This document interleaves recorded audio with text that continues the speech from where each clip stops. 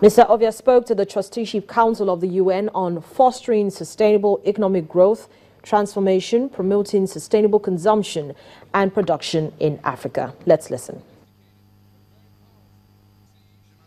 Je vais céder la parole à Monsieur Jim Ovia, président de Zenith Bank. Your Excellencies, ladies and gentlemen, it is my great honor for the opportunity to address this distinguished audience today, following from the exceptional privilege I had yesterday in witnessing firsthand the inauguration and adoption of Sustainable Development Goals by the United Nations General Assembly. I was moved and inspired by the global community's realization of the urgency and importance of the actions that need to be taken to achieve the sustainability of our environment for many generations to come. The 21st century has already witnessed phenomenal progress, catalyzed by technological advancements. We are a global village, although a village of 7 billion people.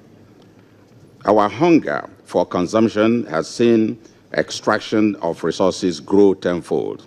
If this trend continues, by 2030, we will definitely need more than 2 Earths to support our consumption pattern. Clearly untenable and unsustainable situation. The solution would seem rather simple if we all simply agree to consume less. However, for African context, the issue is far more complex. With 41% of the population below poverty line, as cited by United Nations Economic Commission's review report on sustainable consumption and production. Sustainable consumption cannot merely be translated as simply consume less strategy. This segment of the population has a genuine need to increase their consumption of basic products and services to alleviate their poverty. In order to lift over 400 million people out of poverty, Africa's sustainable consumption and production strategy must innovate and deeply deploy technology to improve upon the current consumption and production practices. Production will need to be less resource intensive, more efficient, and more eco-strategic. Natural resources are the basis of economic and social development in Africa. The poor tend to rely upon the natural resources base for their livelihoods. Unsustainable production patterns can result in significant social and environmental side effects that undermine the prospects of poverty reductions. The emergence of middle class in Africa with a similarly unsustainable consumption pattern of the developed world may further limit the ecological space available to poor people to meet their basic needs. For Africa in particular, it is vitally important to decouple economic growth from environmental degradation. There has been a paradigm shift for Africa. Its economic growth has been fueled by the continent's ownership of 1/3 of the planet's reserves, 1/10 of oil, and 2/3 of the world's diamonds. This resource cost, while stimulating economic growth, has come at a high ecological price that is unsustainable. Africa is increasingly integrating into the global economy. We have a huge opportunity to do such within a more ecologically friendly and sustainable basis. Africa currently uses only 7% of potential hydropower, waste accounting for 1 in 6 of the world's population.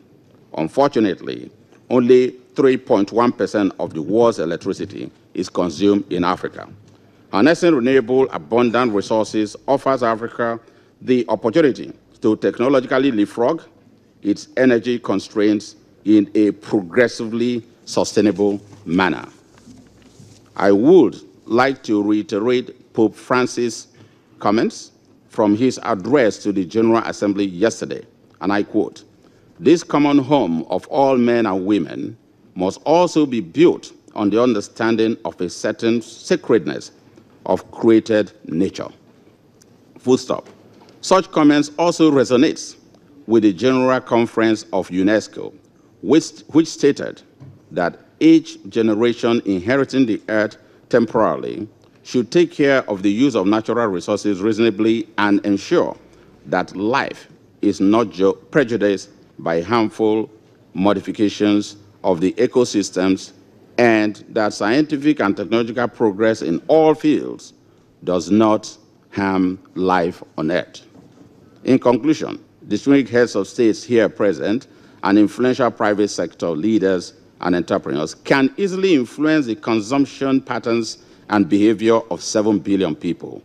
It is our consolidated call to duty to ensure that we preserve the world, the planet Earth, for those that are yet unborn. Thank you very much.